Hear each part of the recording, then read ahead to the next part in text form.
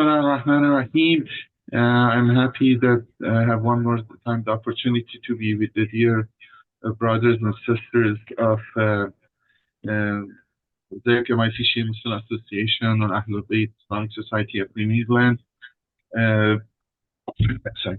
And then this is, as Dr. Musalleh said, is the 9th lecture of our lecture series with the title Maryam in the Quran. Maryam Salam alayha in the Quran. And then this lecture 9, we were going to discuss the 2 verses from Surah Al-Imran, which we had skipped. And then these are 2 important verses, but it's a little bit was different, so we had skipped them. And so today we are going to discuss them. So as usual, I would start with these verses. أعوذ بالله من الشيطان الرجيم. بسم الله الرحمن الرحيم. ضرب الله مثلا للذين آمنوا امرأة فرعون إذ قالت رب ابني عندك بيتا في الجنة ونجني من فرعون وعمله ونجني من القوم الظالمين. ومريم ابنة عمران التي أحسنت فرجها فنفخنا فيها من روحنا وصدقت بكلمات ربها وكتبه وكانت من القانتين. God cites an example for the faithful, the wife of Pharaoh, when she said, "My Lord, build me a home near you in paradise, and deliver me from Pharaoh and his conduct, and deliver me from the wrongdoing lot." And Mary, daughter of Imran, who guarded the chastity of her womb, so we breathed into it of our spirit. She confirmed the words of her Lord and his books, and she was one of the obedient. So we have discussed in the recent lectures about Annunciation, that the declaration of the angel Gabriel to Mary that she's going to have a child, conceive a child. Then we discussed the birth of Jesus and giving birth by Hazrat Maryam. We have discussed also the issues surrounding the Nativity a few lectures ago. And then as I have shown you the slides before, these are the main verses and the surahs in the chronological order, which talk about Hazrat Maryam. That is some verses about the Hazrat Maryam in it, not just a name. You know, there are other verses which Quran referring to Hazrat Masih Isa as Isa ibn Maryam. Those verses we do not discuss. The 2 most important surahs here were Surah 19, Surah Maryam, and Surah 3, Surah Al-Imran. And as we discussed, the one which is color-coded green are Meccan, the one color-coded pink are Medina. And we kind of have covered most of the verses here. The only, these 2 verses today, is a couple of verses are here left, which we were discussing. And later on we'll move on. You know, actually this is the better pattern of discussion of the verses. Last lecture we discussed these verses, which per se were not related to, I mean, in the sense Hazrat Maryam, but there's a continuation of the speech Hazrat Isa gave after when he was in cradle, after he was as Hazrat Maryam giving birth to him and bringing him back to the place where we're living, and then so on, some other controversies around these verses we discussed it last lecture. But today our goal is to go to Surah Al-Imran and discussing these 2 verses, which are usually the 2 verses we end the lecture with.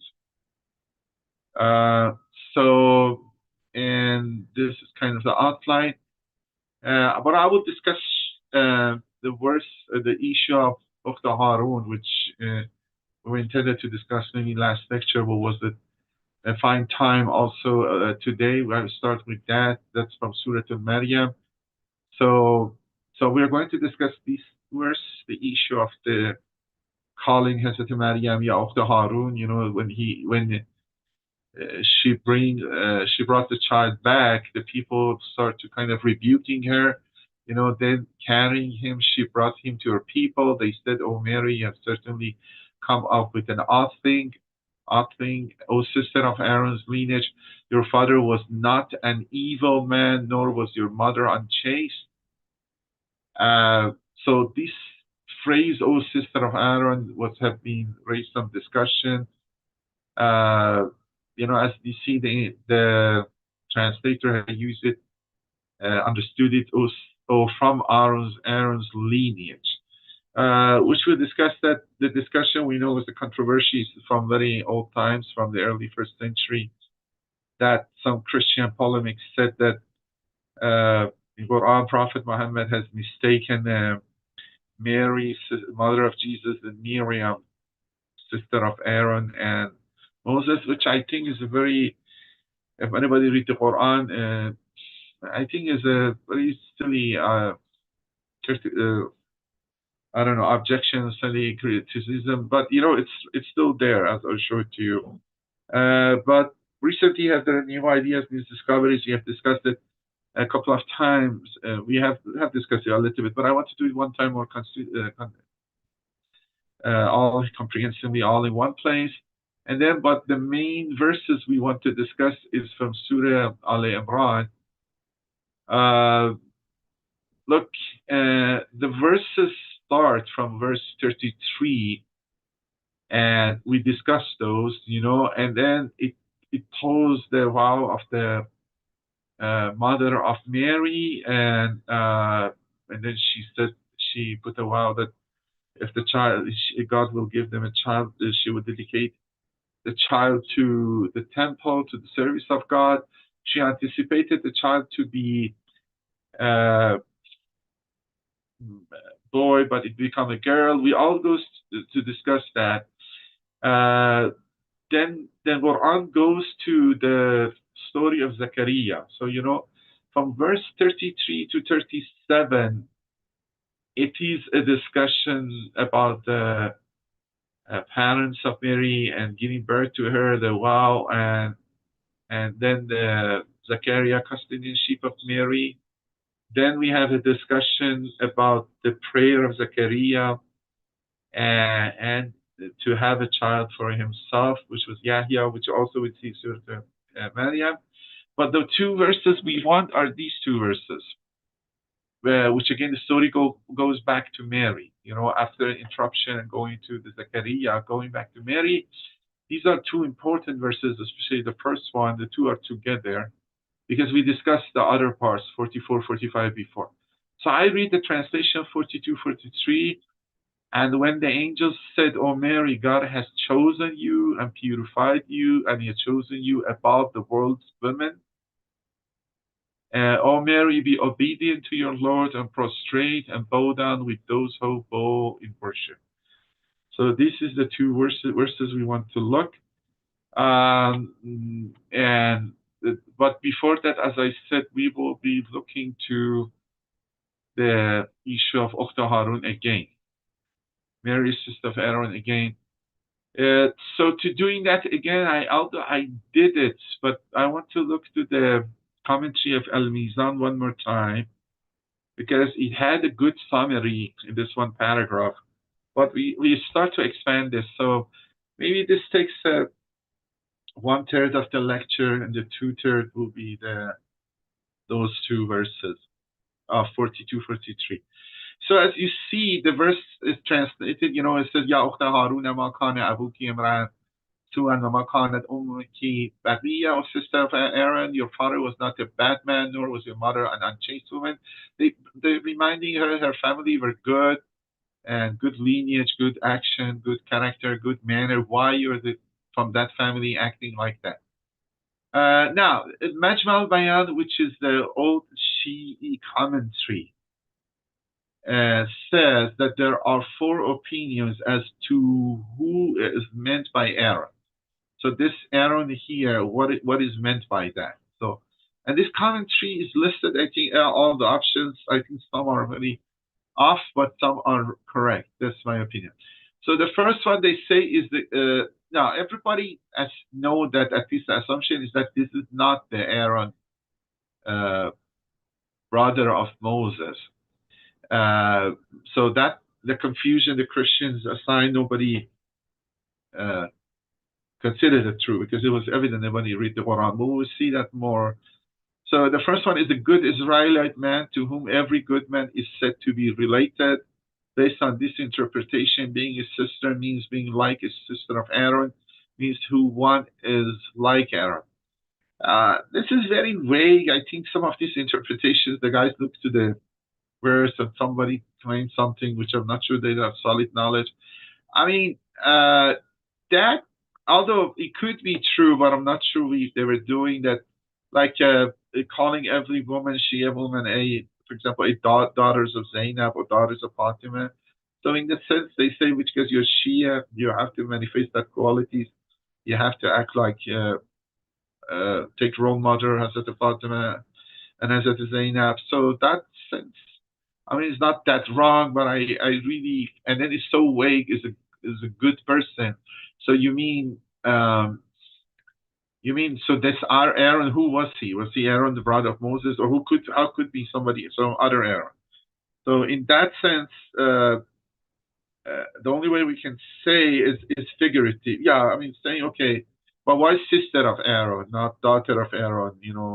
Why Aaron necessarily, not Moses?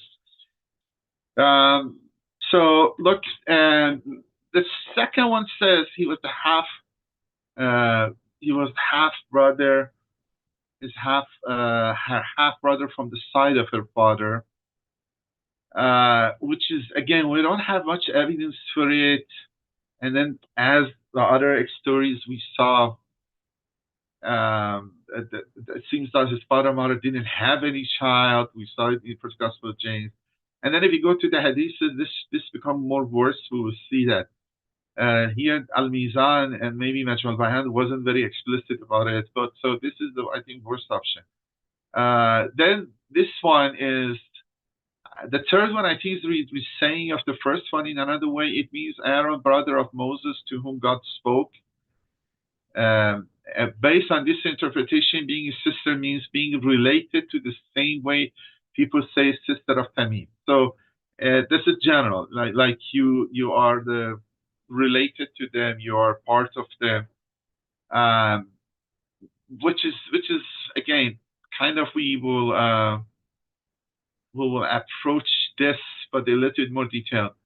And then this fourth one, which is kind of the other version of the second one, but is completely nonsense because there are some versions mixing two and four.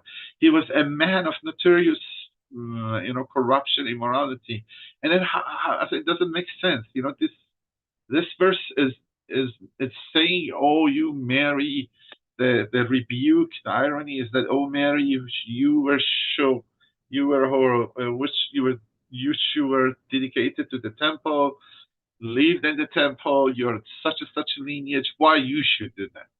And nobody would come say, or I mean, this is not insult or something like that. And then again, it shows sometimes some ideas are come some people which they don't know anything. They want just not say I don't know and make something. So then just which refer to the woman is the woman which is rebelling in the sense which is not chaste. So Allah said the meaning of verse is obvious, but this is what Allah said, nothing more. Here the translator adds to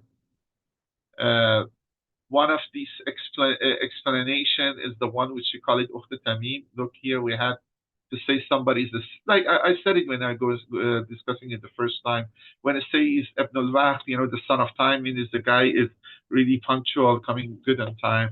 And then this is the example translator gave. A more familiar example to the reader would be Abu Fath's family relationship to some of the enemies. Oh, okay. The enemies.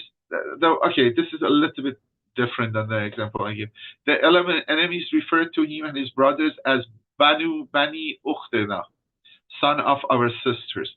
They did not literally mean some of their sister, but rather sons of female member of our tribe or clan, which I think is correct. What it's saying is that at the night of Ashura or the day before, when the Shem came near to the camp of Imam Husayn, because there was some relationship between Abu al-Abbas and the Shebran Zawjashan family.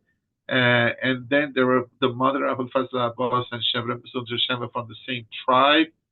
So they were calling her Bani Ukhtana, not Abul Abbas, but her brothers. They called them, "Oh, you sons of our sisters." So the sisters was a literal sister. The sister means the membership from the tribe, and then they call them "you son of our sisters," which is true, could be. But we know all of all discussions with the dual lineage of Mary. We know more about it, but this is the discussion we have in Al-Mizan. There is a hadith which is from Sunni sources, then they find in some Shia books. The original hadith, I think, is in Durr al-Mansur, but find its way in the Shia hadiths. And the hadith it's saying is this. This is from Al-Mughayrat ibn Shu'bah. This person is a little bit. Let me read the hadith, then we'll discuss. So this is the Sunni books. Find it to head in the Shia, and then we have Allah has a commentary on it. So this Mughayrat ibn Shu'bah said he was sent, Prophet sent him to Najran. Najran, you know, the city, the Christians with the time of Prophet living south of Mecca, near the present-day Yemen.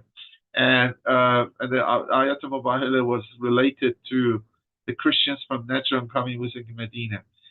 A delegation from them coming to Medina. Sent him to Najran. The people said, have you not read, O sister of Aaron, even though they are separated by this much time and that many generations? So if this is true, this accusation was leveled at this time of Prophet. You know, when the verses were revealed and people naturally heard about this, which is possible because this is, Meccan is one of the early verses, and the Ja'far ibn Abi Talib when went to Habasha, the brother of Ali, when Muslims escaped to Habasha, recite the verses from Surah Maryam for the king of Ethiopia, the king of Habasha. So, and maybe the verses were known, and maybe the Christians which heard about Islam seeking these verses, and then this question was raised, maybe. So they see when you read, it's very summarized, and Allah even said this is summarized version, but essentially says the same thing we said. They say you confused. The sister of Aaron is Maryam, so they take it Aaron to be brother of Moses, the son of Amram, which we discussed it, and it was. And then they say how Quran called Mary, mother of Jesus, sister of Aaron. And then Mughayrat said, when I returned, I asked this question from Prophet. He replied, did you not tell them they were named after the prophets and pious ones among them? So the answer of Prophet is this. Okay, yeah, it's not that Aaron, but there are people were calling, other people have been called Aaron too. So it's like Imam Ali, but there are many other Alis contemporary which are called Ali on the honor of Ali. If that is, this is not very clear, but if this is accepted, okay, is maybe indicating Mary had really a brother called Aaron, and then that goes to the cases number 2, but they made it here half brother. You know, I mean, it's a little bit high. Why half brother? I don't know. Maybe they thought because the mother of Mary doesn't have child, so this must be the child of his father from some other side. And then I said there are versions, these two are combined, number 2 and 4 are combined in some hadiths. I don't think this could be true. Let's say Mughayrat ibn Shu'bah is very tricky guy. You know, he killed somebody and then was mushrik, and then he was maybe be captured and punished by mushrikeen, but he become Muslim. This is also needs also accept. He become Muslim because Islam will clarify what was before, so it was forgiven, so escape punishment. Then there was some other stuff he did wasn't good even during he was Muslim. You know, accusation of immorality. But then this is the guy that Abu Lolo, who assassinated Umar, works for him. So this is fishy guy. And then this is the guy, Muawiyah, after peace treaty with Imam Hassan, put him governor of Kufa. And this is the guy also proposed, the first time proposed or advanced the idea of Yazid be successor of Muawiyah. So this guy is he was known very smart. He was Sarif tribe, but is another Amras for himself. So it's a little bit untrustable. And then authors comment the hadith is cited in full in Durr al-Mansur. So this hadith in Majma al-Bayan, so the hadith cited in full in Durr al-Mansur and in abridged version in Majma al-Bayan on the authority of Mughayra, on the authority of Prophet. The hadith means that Aaron is Aaron as sister of Aaron, refers to a man named after Aaron the prophet, Moses' brother. There is no indication in it that that is the man was pious, as some mistakenly believe. Now Allah says now it's not clear the man was pious, but I really don't think this verse can go if it's not pious. You take irony away. This is not slander. The way Quran says and the way the poignancy of Jewish one is, and then before that, even they don't say, they say you bring something strange. They're indirectly criticizing her. So I don't think this hadith is necessarily correct, and even this interpretation of by Allah. And then the Sunni version, look, I find it in the Sahih Muslim, and then you see, Durrul Mansur maybe got it, I don't know, from Sahih Muslim. And then Maryam al-Shoba says is the same thing. I asked him, when I came to Najran, the Christians of Najran asked me, you read, O sister of Aaron, for Hazrat Maryam, in the Quran verse, Moses was born much before Jesus. When I came back to the God's messenger, may peace be upon him, I asked him about that, whereupon he said the people of the old days used to give names to the persons after the name of apostles, pious persons who had gone before them, which is trivial. Every civilization does. The Arabs did it. The names are follower of the heroes, legendary, and this is not.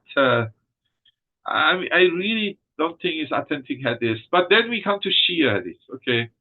Tafsir Burhan, there was no more hadith relevant in Al-Mizan. This is the only one was, which, as I said, essentially is Sunni one, finds its way in Shi'i books, abridged version, and it was in Muslim. And then Shi'i ones, we have two hadiths. I'm not saying all of it, but Tafsir Burhan from Bahrani, it's thick. I don't have the English translation. I'm sorry, I couldn't find it translated. Tafsir Burhan is hadith commentary. It finds the hadiths which are related to any specific verse. So in some hadiths, that verse explicitly is referred to, mentioned, and he put them all underneath of that verse and ask you to read. It doesn't, because these are Akhbari. Bahrani was one of the big leaders of Akhbari. They don't think they think the best way is to just collect hadiths and listen. Okay, we have two hadiths here. I'm really strongly against the first one. This is from Ali ibn Ibrahim Qumi, Tafsir Qumi. He's very sometimes, the book is complicated, and there are sometimes is not necessarily all from him, and sometimes strange hadiths are there. The first one was very long. I took some of it out. Maybe I should have put all of it, but then we see the second one, which I think is a very interesting one, and much of what we want to share is there. So Ali ibn Ibrahim, I read English translation. Ali Ibrahim says that in the continuation of telling the story of Mary, daughter of Imran alayhi salam, so I skipped some of it. I cut it. There are 2-3 pages. So it says people search for Mary and they didn't find him in the sanctuary. So remember the idea for him is this: Mary was in sanctuary and leaving the sanctuary, and then they didn't find him. So so maybe assuming the giving birth is very short. There are hadiths like that. The whole pregnancy of Mary and giving birth was very short. But again, I don't believe these are true. And this is actually the main theme of today. The main theme of today. That's if you remember. Many of these hadiths, this is interpretation, maybe patriarchal, maybe the one to get miraculous. They really changed Mary as a normal woman. And I think they put her in pedestal. They think, and same for Hazrat Fatima. They think they raised them, but in this way they remove them any role modelness. Let's make the first verses I read, the 12 of Surah Al-Tahrim, also irrelevant. Although even Mary is the role model for both Muslim men and Muslim women. But if you make Mary and even same as the Fatima exceptionally biologically or other ways that no typical women are like that, you really do not do good service. You don't make them role model. That the whole thing of the pregnancy and giving birth is an important experience of half of human beings. The Quran is attached. If you say that only the pregnancy was 1 hour, 1 day, I don't know, all those stuff, doesn't make sense. But this is maybe part of that story. Or the guy, I feel Tafsir Al-Mizan has this. Somebody made a story based on the verses of fill in the blank. So they came out of the sanctuary. They didn't find her in the niche prayer place. They go search for him, and then his uncle Zachariah, which from mother's side, he called him uncle from mother's side. He came out of the temple. They move around to find him, and then they find Jesus, her with Jesus in her arm, and then the pious woman of the, I'm sorry, Israel started to spitting at her. Maryam didn't talk to her till she went back to the sanctuary. Then Israelites and Zachariah came to him, and then Zachariah. You see, this is wrong. Zachariah. I mean, Zachariah is not there. They passed away or whatever. But Zachariah was miraculous stuff like that. Zachariah cannot come rebuke her. So then Zachariah and Israelites came and told them, Maryam, لَقَدْ جِئْتَ شَيْئًا فَرِيًّا. This is the verse of Quran. You bring with yourself something very strange. And then it's added, you mean you have done the big scene. And then يَا أُخْتَ هَارُونَ مَا كَانَ أَبُوكَ امْرَأَ سُوءٍ and مَا كَانَتْ أُمُّكَ بَغِيًّا. This is the verse. And then this is what we were looking at. And the meaning of their speech, their word, that Ya Ukhta Harun means, Yani Ey Khahar Harun, Yani means our sister of Aaron. That means Aaron was a very, as the one we saw, corrupt and adulterous person, and they have compared Mary to him.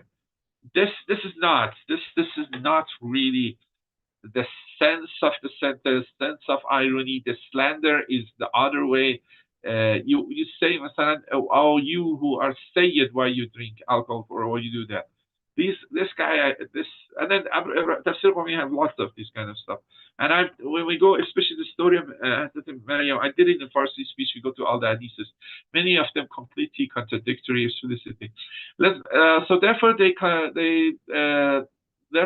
the similitude of Mary to that guy, that Aaron guy, and then they criticize her, this calamity which you brought to yourself, and make the record dark spot and the record of Israelites from where it's come from. Okay, this is the first hadith which I really totally I think is irrelevant. But the number 12 is interesting. It's not per se hadith, but it's from Sayyid Murtaza. Sayyid Murtaza is one of the greatest Shia scholars of the 4th or maybe 5th century. The brother of Sayyid Razi, the collector of Nahj al-Balagha. Sayyid Murtaza is bigger than him. Sayyid Murtaza is about the troika of Baghdad, which are really important to establishing Shiism, spreading out in the Buyid period. Sheikh Mufid, Sayyid Murtaza, Sheikh Tusi. So Sayyid Murtaza, and then he is really very, he's one of the, he's the great adib. Really, Sunnis respect him.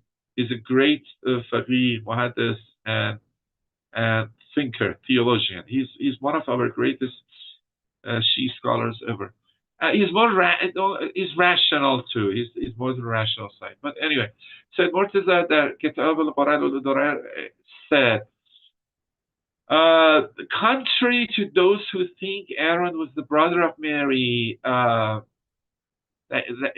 Aaron, brother of Mary. No, the meaning of that sister of Ukhta Harun is this: that you were from a good and healthy and moral family.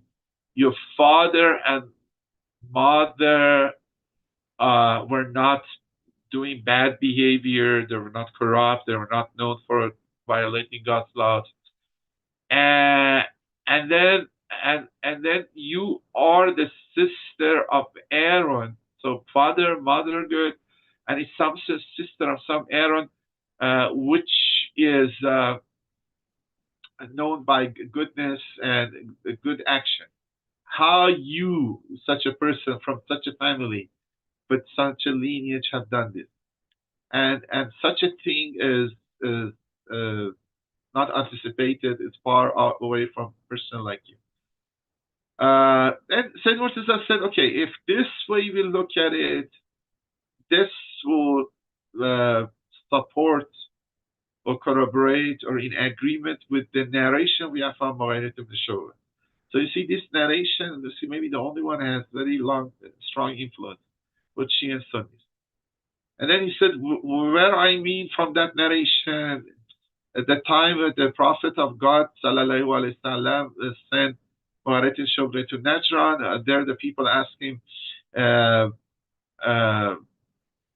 does your prophet thinks doesn't know the prophet is a brother of Aaron, is a brother of Moses, and there are thousands of years separation or many years separation between Moses and Jesus. And then so he's repeating the hadith, which I read it twice. So and then Mughayrat says, I don't know what to have answered them. I come back to the Prophet Muhammad and let the Prophet know what they said. And Prophet said, why didn't you answer them that they put the name of the prophets and good people or the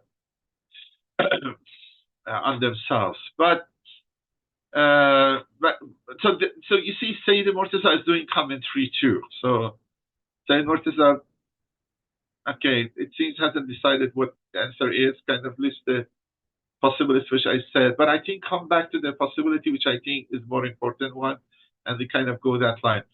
And the other possibility in it is this: that meaning of Ukhta Harun is this.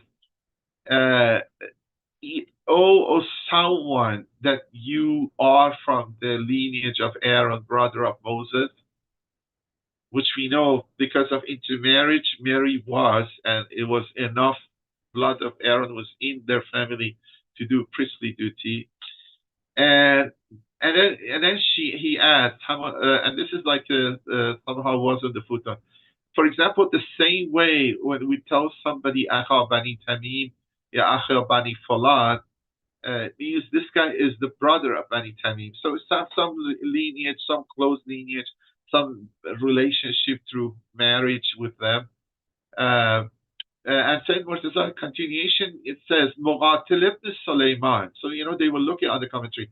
Muqatil ibn Sulaiman was a Sunni, but is one of the first pioneers of using the biblical matters. And then so some people like him, some people blame him, and had them importing Israelites into Islamic hadith narration. But Muqatil was very early, maybe 200 years more before the Sayyid Murtaza.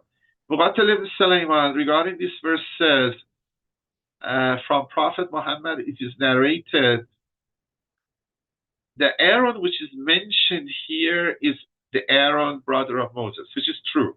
This Aaron is the brother of Moses. But then we have to know what is the sisterhood mean.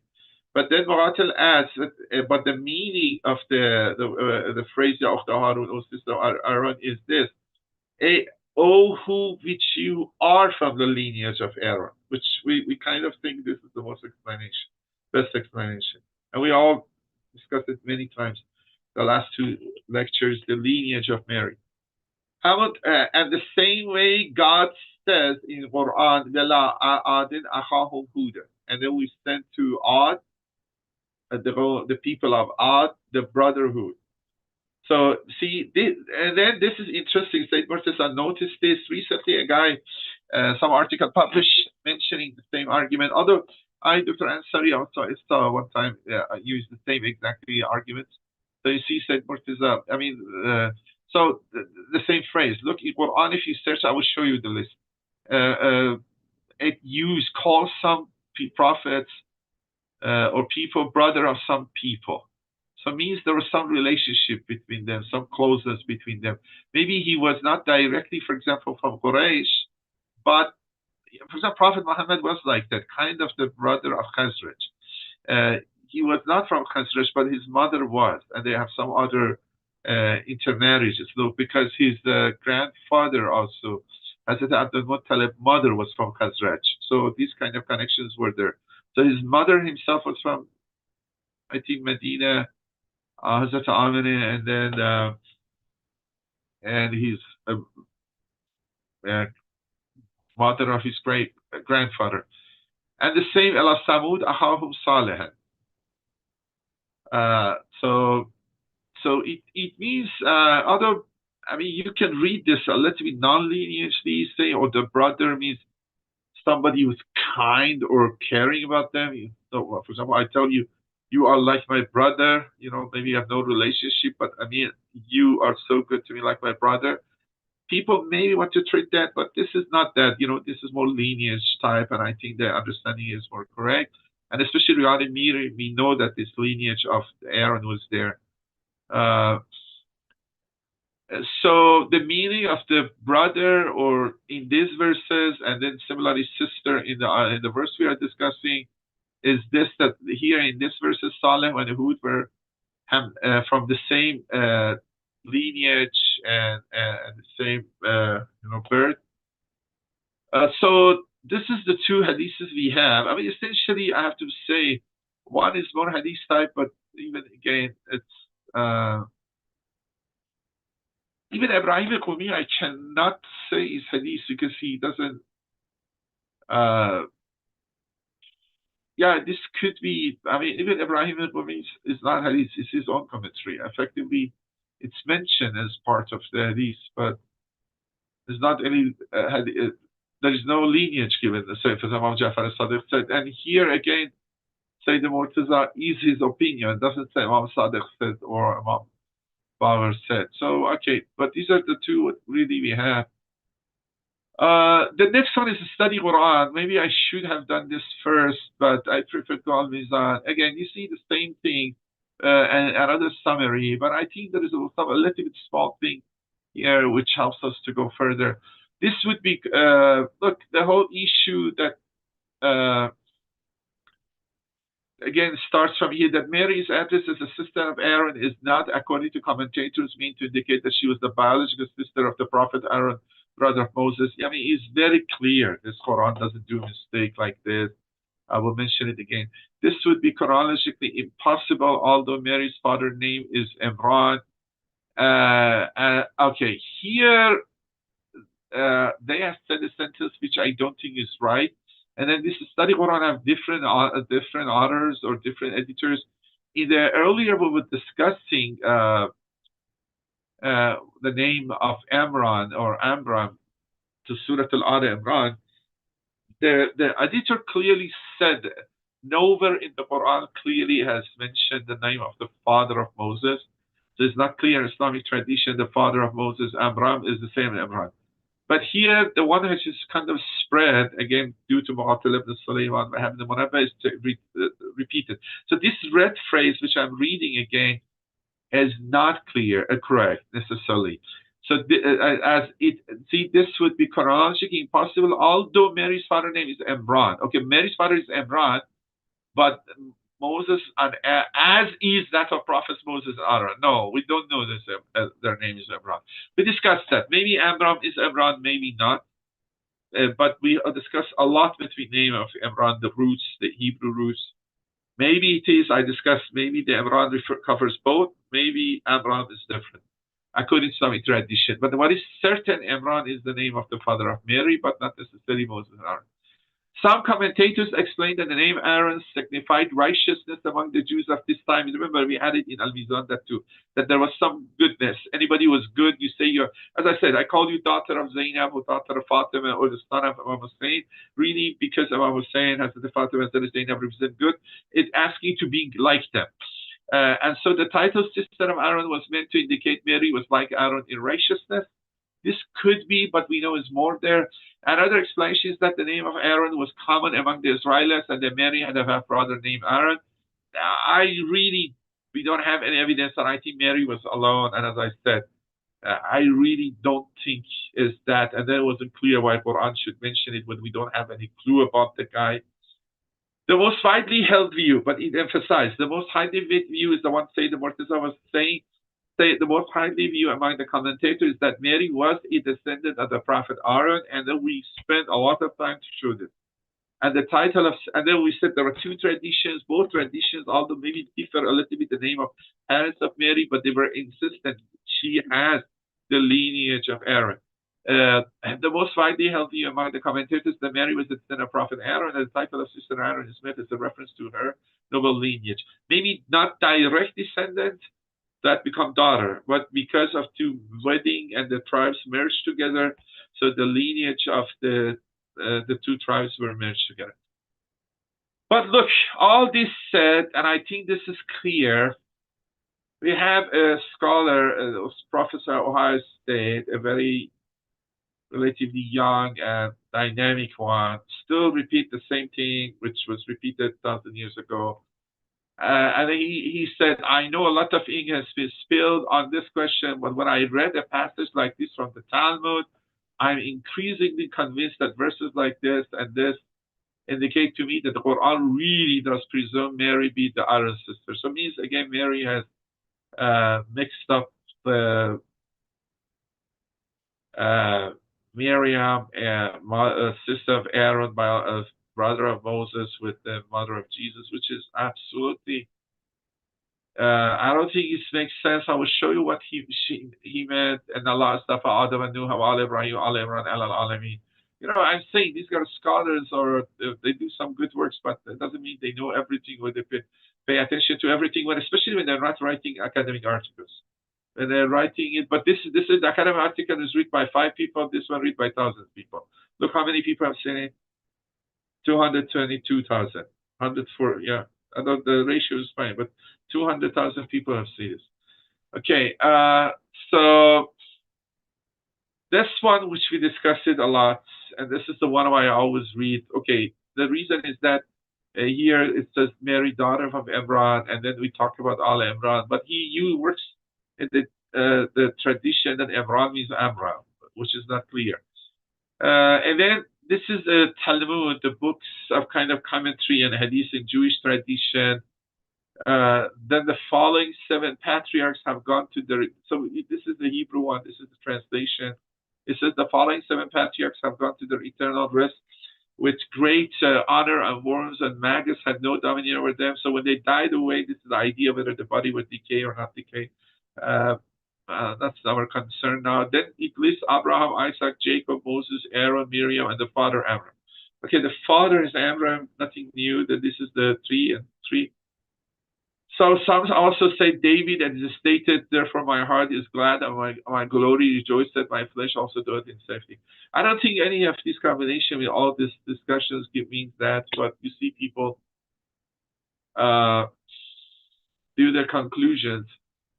I replied, and I read it fast through it, which is summarizing with all we discussed. So I kind of was upset. I said, sometimes I wonder how much difference is between 12th and 21st century with scholarship regarding small.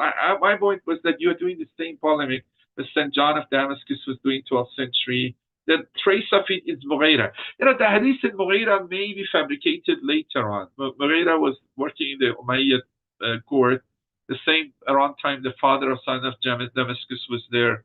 Because the first record we have, this polemic is used against Islam and Quran is from St. John of they call it St. John of Damascus, which his father was the most important confidant or prime wazir of Muawiyah. So the same way Mughira ibn Shu'bah was for a long time. So they must have crossed each other. Maybe the hadith was made that time. I don't know. Then I said, look, so if you think Quran is mixed, what about the generations? So what the Quran thinks about the following prophets, David, Solomon, and all this stuff, are they brother of Moses or brother of Jesus? Because these are all between Moses and Jesus. Okay, so if Quran is mixing this to Mary's, and think Mary is a brother of Aaron, and mixed Mary and Maryam, so what about these prophets which are between? They should become brothers of both, or which one? I mean, because look, according to, and then I explained to him, not according to our state. And I said, according to Shoemaker and Guillaume Dye, which we saw Guillaume Dye last lecture thoroughly, they have found a pre-Islamic old, okay, I read it Gregorian, sorry, Georgian, it's Georgian. Georgian, maybe the Georgian liturgy common for early Jerusalem liturgy related to Katisma Shrine, in which Mary, mother of Jesus, called sister of Aaron. It is unlikely that visitors of Katisma Shrine mix Mary with Miriam.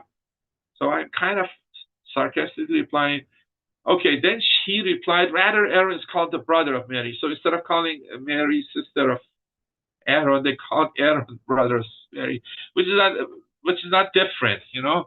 It is not Aaron the issue that stops me, but the daughter of Amram and Amram one, which we discussed. Now we have much better understanding the Imran, the root, Yahuwah, the Joachim. Quran is more intertextuality, ProtoGospel of James. We have gone through all these previous lectures. I mean, he was good that he answered. You know, he's good. He's a really bright mind, honestly. Uh, the and then I have an explanation for this too. Although Guillaume Dye himself, I'm not sure we can touch it. I was going to discuss it, but it's so elaborate, complicated. But the point is this: look, when a Quranic one, the reference would be Aaron. You know, at the time of Mary, Mary was not a recognized person. It was just a girl, but the one who was recognized was Aaron. So you call referencing Mary to Aaron. You know, Mary is the sister of Aaron. But when the Christian shrine in 3rd, 4th century, which we discussed it a lot before, when they want to put this ziyara, the Mary is much bigger for them to Aaron. Mary is whatever they call it, Mother of God or God bearer, or Mary is really only second to Jesus. Then you don't reference Mary to Aaron, you reference Aaron to Mary. You know, because now Mary's so that's natural. They're calling, in one sense, Aaron brother of Mary. But if you look at it, there is a little more complicated. It says priest Aaron, brother of Mary, was the only one can do this. So, but still, the point of this is this: they were always mocking us, Muslims, oh, Quran is mixed up, and then they didn't know about the liturgy, and then you find it is ziyara for a shrine, ziyara, you know, the prayers when we go to the shrine in 4th or 5th century, 5th maybe century, the 6th century, they could build this association themselves. So it means these Christians, they don't know their own religion or what's going on in the religion very well. So Quran is referring to something about Mary, which was known at his own time, and later on in the Christian liturgy was preserved until the shrine was destroyed and the whole ancient information has gone away. And then I explained what we have done in the meetings before. I put all the verses here. It is not clear the Quran is referring to the father of Moses, the biblical Abraham as Abraham, but it's clear the father of biblical Joachim is called Abraham. So the real question is why Joachim is called Abraham, which we discussed that. And then I told him, you yourself said before, yes, I just said maybe Joachim and family were referred to by family business, namely construction as Abraham. That was one solution, but we really find better one that this Joachim is Yarim is the one who God said, the one who God built, and the literary Arabic of Joachim, Yarim is Amran Allah. So all we discussed before, I'm just reviewing to once this whole story is fully reviewed. I'm not sure whether you have seen James Tabor book, The Jesus Dynasty. He said he wanted to name the book The Jesus Family, first by Jesus Family Dynasty, exactly mean Al Imran. Imran may refer to family of Jesus or family of Moses or both. We have one or two Imran. Yeah, this is, I said, okay, it's possible Imran cover both. But you know, remember, one of the main things we want to address the whole issue of this series is who is Al Imran. It could be Imran is the name of both Mary, father of Mary, and father of Miriam and Moses and Aaron, but at least what we are certain is the name of father of Mary. The other ones we don't know what Abram, biblical Abram exactly is.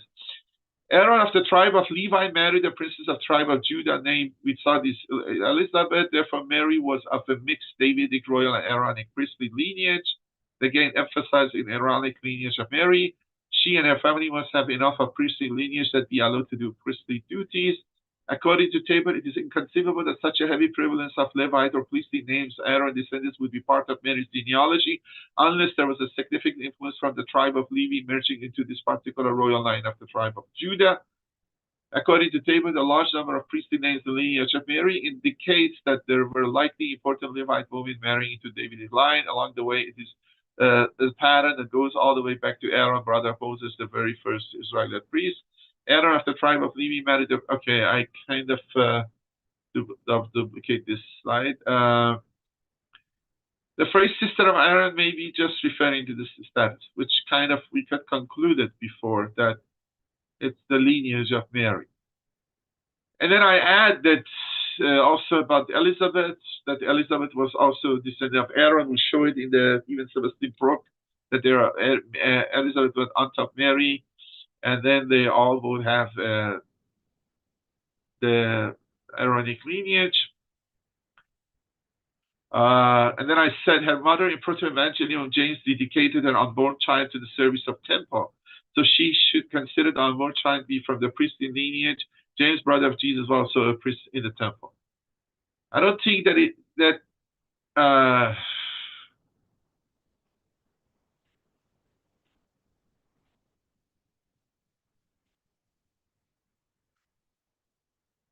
okay, this is another one.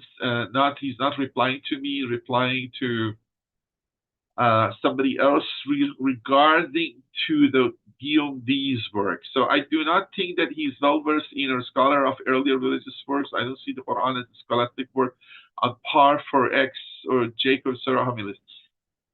This is the issue. I'm not sure I have time to discuss it. I was thinking to do that, but maybe we're gonna have next lecture or maybe not. Look, we discussed last lecture. There were three groups. We can look to the Quranic verses of Surah Maryam 1 to 63. One, the traditional way these are revealed by God. So the knowledge in those verses is not related necessarily or estimate a measure of knowledge of Prophet Muhammad, but this is knowledge of God over there. But then we find the Guillaume Dye and the Stephen Shoemaker, they claim that those verses 1 to 63 of Surah 19 demonstrates a deep knowledge of Christianity, which and then listed the few, and then is in the summary after the lectures we put it out. The author of the profile of the author of those verses must know many languages, must be familiar with many Christian beliefs, and so on. So they concluded, because they don't believe in a revelation or miracle, they conclude, okay, this cannot be known in Hijaz. There's some information particular to Jerusalem, so it must be written by somebody in the Jerusalem. So it must be written later on. It must be by somebody maybe familiar with all traditions, maybe somebody converted to Islam, and so on. We discussed it last lecture. But Shannon is the other group with the Sinai. They also do not kind of by default accepting or using revelations for interpretation, explaining things. But now he wants to claim Quran as not that deep knowledge of Christianity. I was going to discuss that. We don't have time. I want to finish the main parts, and then even already I left it behind. I have to go faster. But the point is this. This is his argument. You have to know. And if another lecture, I have to discuss the third group, which again, I have it in summary of the last lecture, but I haven't discussed it today. So then he said, perhaps you confuse me with D, who does not in any case attribute text like Surah Maryam to Hazrat Muhammad. So Guillaume Dye doesn't attribute it to Hazrat Muhammad because it thinks too much knowledge of Christianity is in it, so cannot be written by some person in Hijaz. Now, this Shannon wants to say, okay, there are problems in it. It's not deep knowledge. It's not that deep knowledge, or there is a mistake. Then I can assign it to somebody in Hijaz. But the mistakes which he wants to look at is made up, which I maybe discussed this later. Okay, I think this is enough for here. Let's see. I kind of replied, okay, let's see. The refutations, chronological claims are inflated, but I have never claimed they are not a problem and even volunteered my own suggestion. I do find curious the claim that it was that Moses doesn't feature in Al Imran, which of course he does immediately prior to Jesus. I told him how previously I said, okay, if you are thinking these are brother and sister, what happened to those prophets? All the prophets, I kind of sarcastically said, all those prophets are brother of each other here. So what Quran think about following prophets David and so on? Are they brothers of Moses, brother of Jesus? So we were saying that the other guy also wrote that the Quran is clearly shows knowledge of many generations of biblical prophets that start from Moses and separate them and mentioning all the prophets in between. And then this guy, instead of accepting he says, okay, I understand, the chronology, which people brought in, challenges him, but he wants to say, he wants to go around it, and he says maybe the chronology understanding wasn't very accurate. And the only thing he brought is this, that Moses, I do find curious the claim that there was that Moses doesn't feature in Al Imran, which of course he does immediately prior to Jesus. but that doesn't relate on everyone. You see, he used this first. قل آمنا بالله وأنزل علينا وما أنزل على إبراهيم إسماعيل إسحاق يعقوب وأسباط وأوتي موسى وعيسى نبيا. I mean, this is nothing but Al Imran, because Al Imran, I mean, Yahoo, but these are the big prophets, mostly or known, or at least, okay, this is maybe the lineage of Israel. But from the sake that Musa and Isa came after each other, and even could be rhyme issue, doesn't mean that Musa is necessary among Al Imran. So he's either kind of replying to me or that guy, both together. And then, but I mentioned, I think this is, we have to hold the ground. Look, well, verse is, he said, look, he said, I don't think, where is that? I think he means the Prophet Muhammad. I don't think he is well versed in or a scholar of. Now, you see, the other strategies say Quran is not deep knowledge of Christianity, or the author of Quran, who they claim is not well versed. Earlier religious book, which is not. You know, the examples, Guillaume Dye and many, many other examples we saw. I don't see the Quran as a scholastic work on par for Acts with Jacob Serach. This is the big Syriac scholar homilies. Perhaps you confuse me with, okay. So you see, as I said, this is strategy. Either you have to think deep in it. When you see deep knowledge, you claim, oh, it's not written by Prophet Muhammad, written outside Islam. Or you say it's written in Hijaz, then you claim it's not deep knowledge in it. Because Hijaz, nobody can know deep knowledge. You know, both sides of them are kind of playing the same game. But we can use, especially these guys, deep knowledge to say, okay, the tradition we use correct. And then my answer was that, look, well, verse is related, okay? Mixing Maryam, sister of Aaron, with Mary, mother of Jesus, like saying, you know, this is not a mistake can happen. When you read the book, okay? Maybe you think, okay, it's not a super scholastic scholar, know all the difference of understanding of what we mean, the three nature of God, which nobody understands. They didn't understand. But mixing Maryam, sister of Aaron, with Mary, mother of Jesus, is like saying an author of England history. After mentioning beheading Charles I, which is the King of England, Oliver Cromwell, which is revolutionary, Queen Victoria, which is the greatest queen, England, 19th century, abdication of Edward VIII, you know, the King of England, which married a divorced American woman, as a result have to resign. And then as a result, Elizabeth II become the queen. She wasn't in the line. The father of her become the king, and then she become queen, and the Charles now become Edward III. And Churchill has mixed Queen Elizabeth I, Elizabeth II. Look, this Elizabeth I is the time of Shakespeare. Elizabeth II was our contemporary. And if somebody says, after writing all the story and mentioning all these events of England, Charles I, Oliver Cromwell, Queen Victoria, Churchill, World War I, World War II, Edward VIII, all the details, and then the end you conclude, oh, this guy mixed Elizabeth I, Elizabeth II, because just the names are Elizabeth. Okay, the names are the same, but the guy knows it. And the Quran is all mentioning all the Israelite events, you know, the Pharaoh going out, all the prophets in between, all the details, and this is a cheap shot. I mean, I think sometimes I think it's not worth discussing, but then you see they're repeating it. You see it on the internet. You see it in the Farsi language. You see it, like 200,000 people look at this tweet. Okay, so that was my first part. But Guillaume Dye, which we said last lecture, has some part in discussion too. I'm not saying his full view, but I think it's good to read that fast too, because it's complementary to this discussion. And then because one of our goals in this lecture is to answer some of those disputes, Quranic disputes. So that's, I want to put this in rest. Otherwise, it'll take any longer than what I hope. Some polemicists have seen here evidence for the alleged, okay, he says, those who are polemicists, so Guillaume Dye, although themselves, you know, has revisionist view, and he thinks Quran, this part of Quran was written after Prophet Muhammad and also at Hijaz.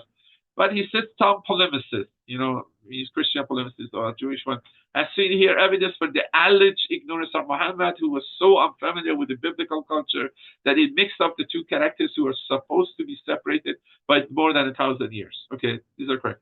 On the other hand, some Muslim exegetes have argued that this Aaron was not the biblical Aaron. Yeah, this is not right too. Honestly, the way Quran is referring, he cannot refer to another Aaron, nobody knows. When I say, for example, Husayn or Husayn, it must be Imam Husayn. If it's not a known Husayn, and I say it, and then I don't give any clue this is another Husayn, I'm misleading people. So that sister of Aaron, although, I know in exceptional cases, if Quran quoting a narration, maybe, but that Aaron must be biblical Aaron, so one must understand, as the hadith had it, you know, one of the hadiths had it, that it is the Aaron, or at least Sheikh Montazat, but I say Murtazad argued that this Aaron was not the biblical Aaron. So he said both sides are wrong. Some Muslims say this Aaron is another Aaron, it's not biblical Aaron, not the brother of Moses, but someone from Mary's tribe.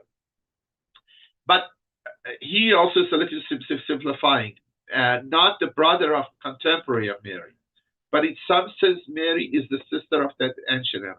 However, the Quran speaks of Aaron, it is always biblical Aaron. You know, everywhere in the Quran till that time, when Aaron is mentioned, is the brother of Moses. The theories can therefore be discarded. Another explanation has recently been suggested, but you know, this is not very recently suggested. It is the Sheikh Murtaza had been suggested too, but other people have suggested, but okay, Western scholarship doesn't ignore the ancient classical works, only go to the contemporary English references.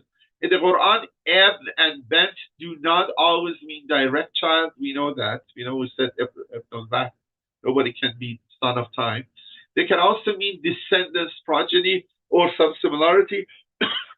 And then he gives lots of examples here, which we mentioned about Achahum Hud or Achahum Saleh or other ones. You can go to it. We don't have time to go. Moreover, Ach and Ukht do not always indicate a sibling relationship. They can refer to a religious bond, an ancestor, a predecessor, or tribal relationship, which kind of we go all of this. So he accepts the one. According to this interpretation, the formula sister of Aaron means only that Mary is descendant of Aaron or related to the descendant of Aaron. The expression sister of Aaron, moreover, happens in the Quranic reference to the questioning of Mary in the temple. He referred this context of the verse we are discussing, questioning in the temple. I haven't shown it in the ProtoGospel of James exactly. It is the case that maybe I have to do it later on, because the whole issue of Mary after coming back with the child, what is exactly the situation is, we didn't have to discuss it, and it's important for the issue of, again, a little Joseph Carpenter, but I may do it another lecture, a little bit part of it. It is especially appropriate in this context for the questioners, the temple priest. So look, he's saying that, oh sister of Aaron, Ya Ukhta Harun, is happening in a very important context. It's not just a phrase somewhere. I don't see her in her house, or I don't see her in the temple or in the bazaar. It is in this situation. She's coming back with a child on her arm, and people starting to rebuke her. And then if you go to the ProtoGospel of James, actually she's not in the square of this village. She's going to the temple. It is especially appropriate in this context for the questioners, the temple priest, to magnify Mary's moral translation, her pregnancy, by appealing to her ancestor Aaron. I mean, you all say, you who are a Sayyid and descendant of, oh, why you do that? You know, this way you rebuke more. Whose descendants are the only Israelites qualified to serve in the temple when Mary herself was raped. In other words, Mary, as a descendant of Aaron, is expected to keep the purity of the sanctuary rather than defile it by supposedly committing a shameful act that would lead to pregnancy. Here, too, there are no grounds on which to argue that the Quran is identifying Mary as literally the sister of Aaron. This is smart from a linguistic point of view. It is possible indeed to understand the word this way, and what it tells about the blame addressed to Mary might be true. Yes, ultimately, this explanation is not successful, so it cannot account for this. This part is nonsense. I mean, because he wants to claim these verses are the one we discussed last. Actually, 3:35, 36. No, okay, maybe we have to. Okay, let me see. My 35, 36 things. I have to show it to you. I don't agree with it, but 3:35, 36.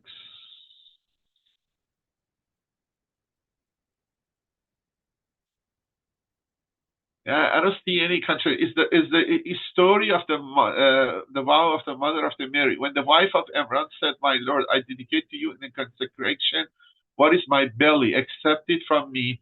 Indeed, you are the all-hearing, all-knowing." When she bore her, she said, "My Lord, I have borne a female child." And then God says, and God knew better what she had borne, and the male child she expected was no match for not the same as the female child she had borne. And then the mother continues, "I have named her Mary, I commended her and her offspring to your care, against the evil outcasts of Satan. So he thinks, without giving very good explanation, why these two verses in contradiction with the interpretation we had. I don't see why he cannot. I mean, the solution of this riddle should be found. Now, the solution she chooses is a very Christian one, and also he pushing a Christian structure of interpretation typology, which I said sometimes we Shia do also regarding, for example, Shiism in Quran. Every surah we see the Imam Ali, but I don't think we cannot go first. I don't agree. I don't see any problem here. And that they themselves, I mean, first I'm saying there is historical evidence now. He find it that Georgian liturgy, 5th century, they really called Aaron brother of Mary, and the Mary was Mary. And then this solution is hard to really detailed to discuss here.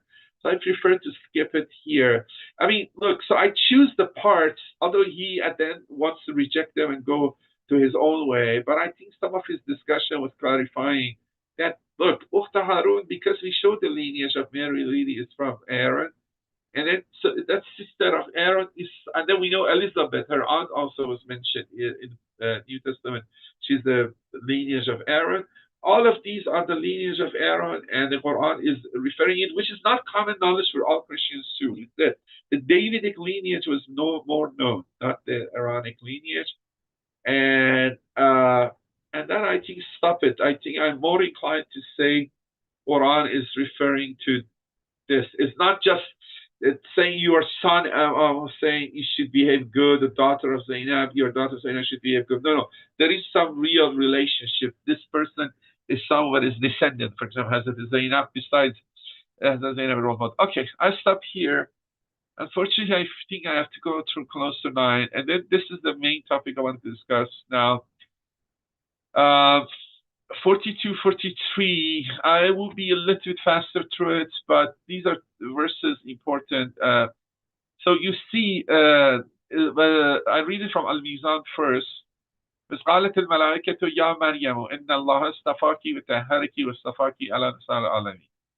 So this is besides the verse I start usually the program. Usually it's the verse I end it with it, and this is the important one, very important one. And when the angel said, "O Mary, surely God has chosen and purified you and chosen you above the women of the world."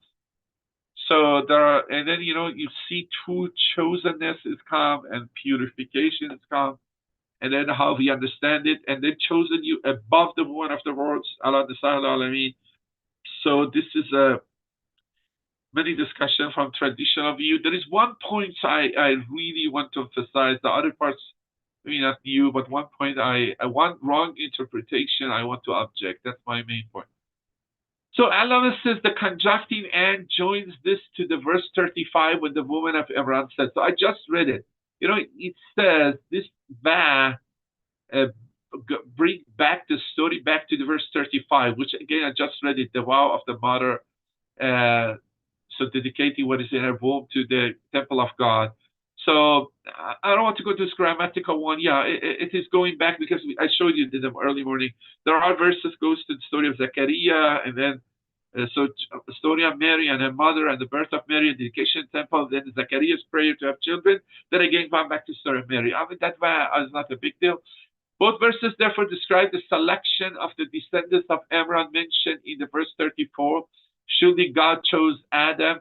So this is kind of both verses shows the favor God shows the children of Imran. One time Mary herself, one time her mother, or maybe one says, maybe Jesus, her son actually. This verse proves that Mary was one of the spoken to. The angels talked to her, and she heard their speech. Okay, these are the question traditionally asked. So this part of the lecture is more traditional question. The first one, because it seems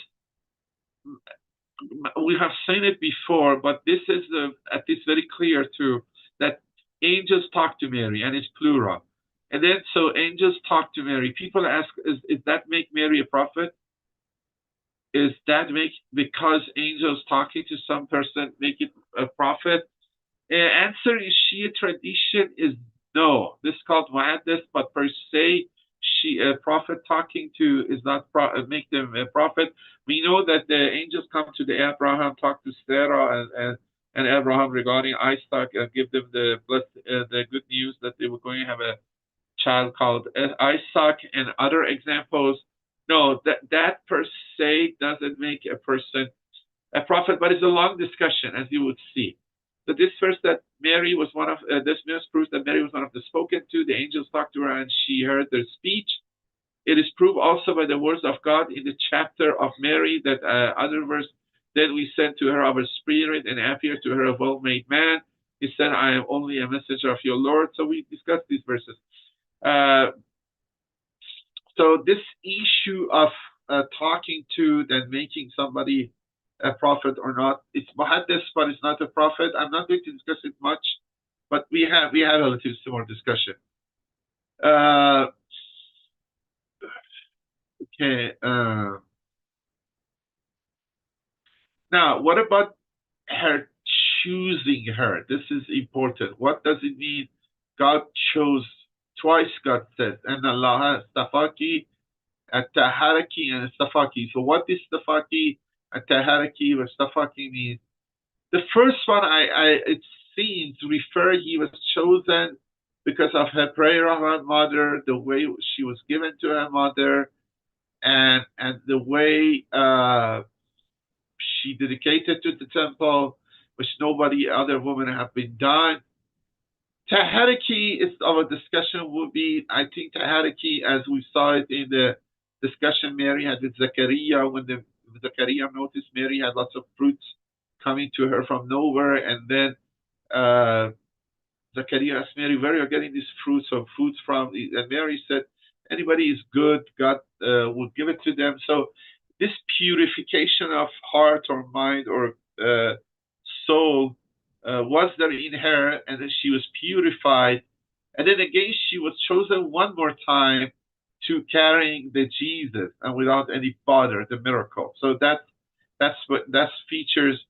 And then this chosenness regarding the Nisa al-Alamin, does it mean for every woman all the time, or the woman until his time, her time, or before that, or chosen chosen here because the translator put above.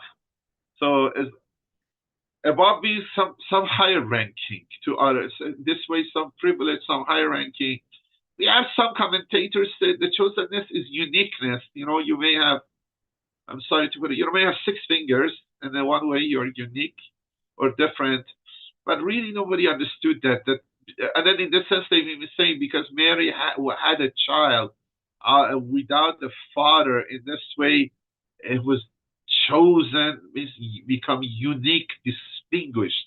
So they interpret chosen as distinguished, which I don't think is that. Really, it is the loftiness of the spiritual status of Mary. But the whole question is that for all, because in Shia tradition, Muslim tradition, is all the time, or till her time, or till Hazrat Fatima came. Some of these discussions we have done it before. Some of it, I'm not sure how much fruitful it is, but we will see in the hadiths. But my opinion is that it's at her own time or before. But comparison of Mary to Fatima, which one is better or more or higher, is not very good. Okay. So let's read this one. "Oh Mary, surely God has chosen you. Show the status which Mary had in proximity to God. And you may refer to that explanation for further details." We can look at. Thus, her choosing means that she was accepted, a good acceptance for the worship of God. This is the first choosing. And her purification implies she held fast to the protection of God. So what Allah is emphasizing is this. When her mother prayed that I have this child and I dedicate it to you, God says, "I accept your prayer." So what was God said? So her Lord accepted her with a good acceptance and made her grow up in a good growing. So God accepted her mother, Mary's mother prayer, and accepted a good acceptance, and then made her, Mary, grew up a good growing. And these sentences answer the pleas of Mary's mother, this acceptance, which was what? I have named her Mary, I commend her and our offspring into thy protection from the accursed Satan. So this acceptance kind of have this implication. One of them was her purification. And her purification implies that she held fast the protection God offered by accepting the prayer of her mother. She was therefore a chosen one and who was protected from sin. So for now, this purification is understood as spiritual purification. She doesn't do sin. She doesn't do any bad moral behavior or action. So the chosenness was the first chosenness going to develop purification because of avoiding sin, and the second one be chosen to be mother of Jesus without any fault. It will also be said that her purification means that she was a virgin who did not. Okay, this is the part I really disagree. This is the one I want this part of lecture reject. It has been said that her purification means that she was a virgin who did not menstruate. Thus, she was not obliged to go out of the synagogue at any time. There is nothing wrong in this explanation, although the meaning given by us is conformity with the context. Okay. Allah, they have said it, and I'm going to discuss the latter part of this lecture, the history of this. This is a very misunderstanding of the Tahariki. It's a dominance of Fakhr view, but it would change Mary not as a woman. It wouldn't be typical woman. If a typical woman doesn't menstruate, it's not a typical woman. She becomes exceptional woman. And this has spread out to, again, a little bit to Shi'i, to the Fatimid to Islam, and I think from Sunni circles. And it's not an honor or something necessary to women to be pure, to be not menstruate. That's just physical. Okay, men also, after the sexual intercourse, intimacy, they're not pure. So it doesn't mean that, so how the prophets make children or imams. So this, and then we know this doesn't match the story. She come out of the synagogue because she has to come. No, she's become period started. This is putting the whole story card upside down, connecting the horse back of the card, and this is we see is the latter interpretation by Muslim commentators, which start to be too much speculative thinking and think taharika is taharat, like taharat we go for wuzu or the bodily purification, and then the issue of for example, the Mary was tahir because she doesn't see any of the cycle women see. Okay, that's reducing to that. I mean, it's a combination of both, but this meaning starts to become stronger and stronger. Allah doesn't reject it, but it seems is not inclined to it. He said there is nothing wrong in this explanation. All the meaning it was for us is more conformity with the context, but he doesn't forcefully reject it.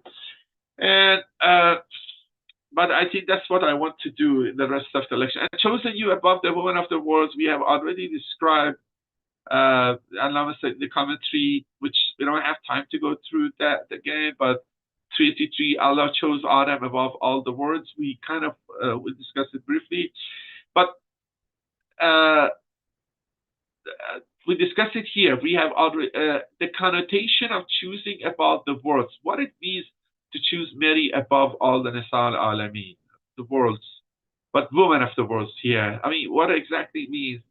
This is a little bit confusing. The chosen one was given excellence and precedence over other people in something exclusively given to him or her. That is more selection, which implies total surrender to the will of God. The announcement that Mary was chosen above the woman of the world means that she was given precedence over them. So I mean, that's what I'm saying. It's not uniqueness. She has some exclusivity, but give her some higher ranking. So was she given precedence over them in all things? No, or only some matters? Okay, let's see what elements, or at least some matters, then we can see to some of the verses regarding the hell. When the angels, this is the verse 345, when the angels said, "O Mary, surely God gives the good news of a word from Him whose name is the Messiah." So she got one good news regarding the annunciation of Jesus. And she who guarded her chastity, so we breathed into her of her spirit and made her and her son a sign of the words. We saw these verses before. And Mary, the daughter of Imran, who guarded, this is the one I read every beginning of her chapter, every lecture. And Mary, the daughter of Imran, who guarded her chastity, so we breathed into it of our spirit. She accepted the truth of the words of her Lord, and she was obedient one. So these are three verses giving examples. What is she's given exceptionally to? So it seems the indication is the chosenness is related to these matters. To, as we said, the first time how she was born. So mostly go that Safati means how she was born, how she was in the Keli temple, the purity from spiritual deeds or wrongdoings, immorality, and then again chosenness for the way she became mother of Jesus. Because of the quality of her morality, maybe role model to all women. Because these are three examples. Look, because if chastity and obedient ones, these are all make her higher ranking. Let's read the other verse too, which we don't discuss it much, but is related. Or Mary, keep the obedience to your Lord and prostrate and bow down with those who bow. And so so this kind of is the continuation to if he be chosen above other women, she has to continue these things, or by doing these things, she will be chosen with respect to other women in the world. At-Qanut means keeping to obedience with submission and humility, and sajda translated as prostration is well-known ritual worship. Ruku to bow down to be humble. So we don't discuss this more here.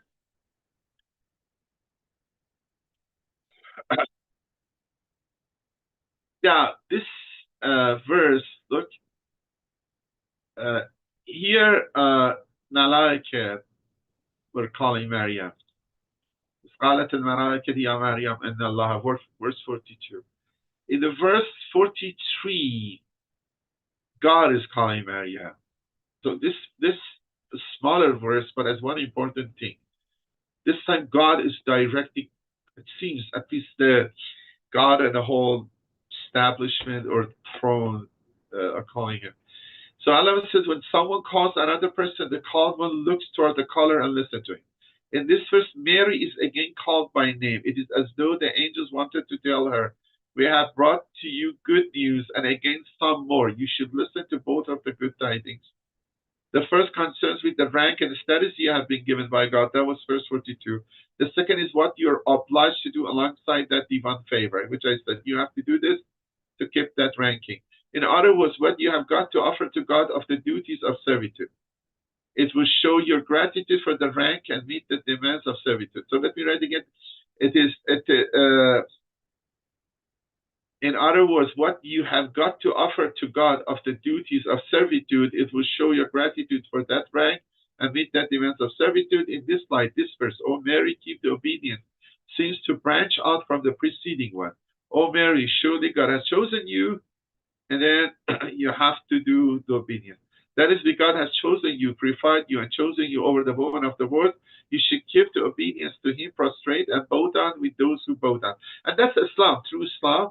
And if you do that, accepting God, be obedient, it's not just sujood and ruku physically, but in the heart.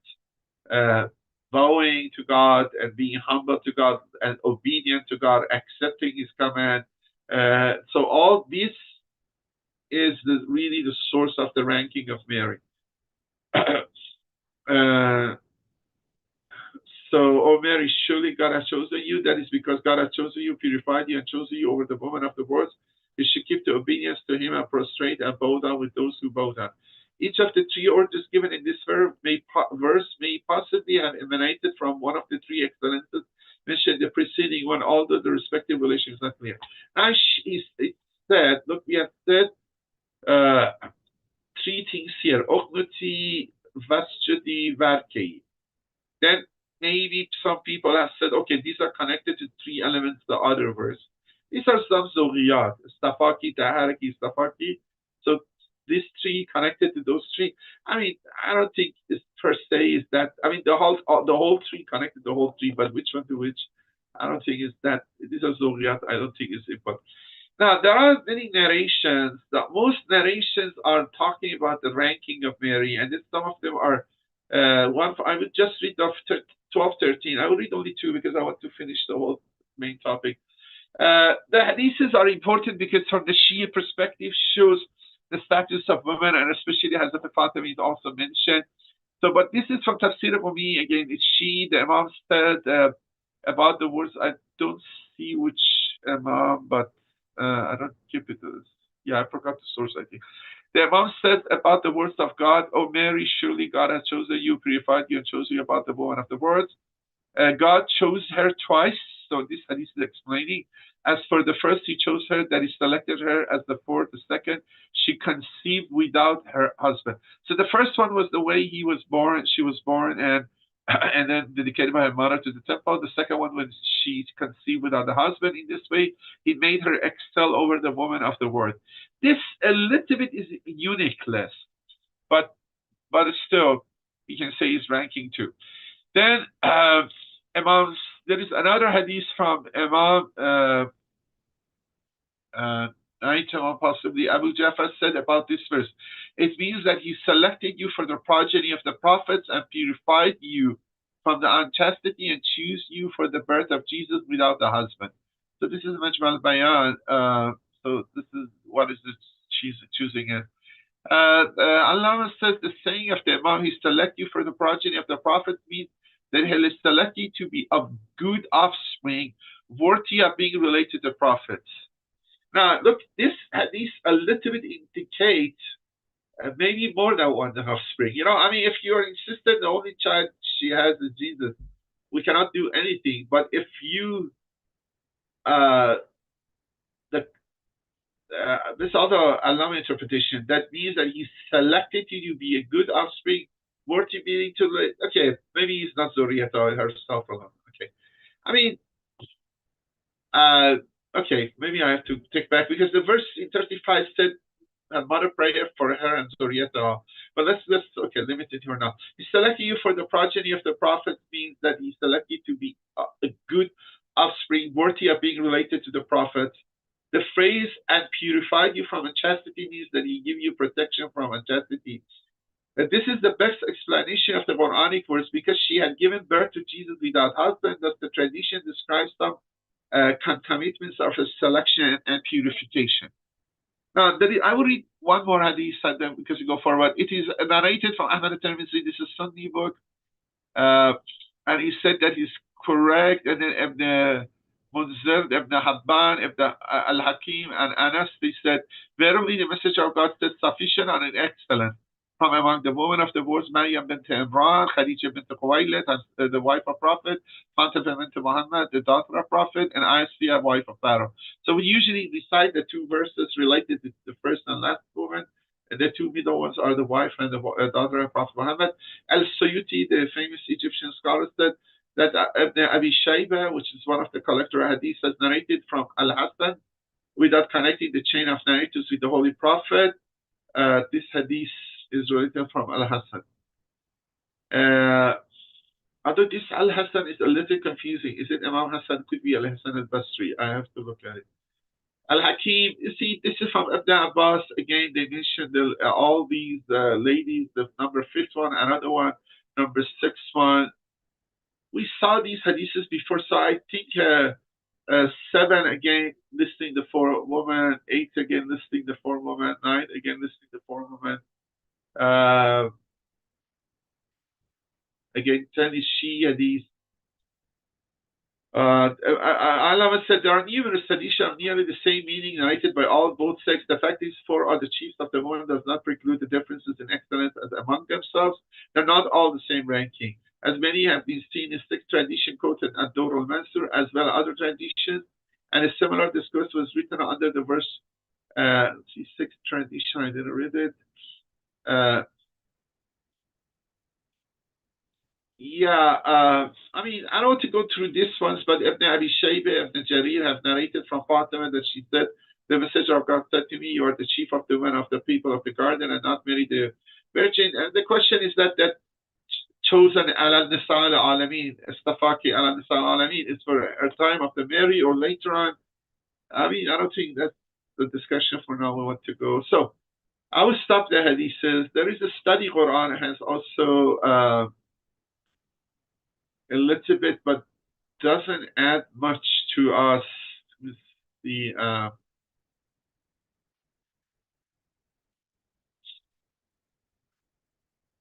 okay, there is one point actually is related, but the only parts I'm going to do.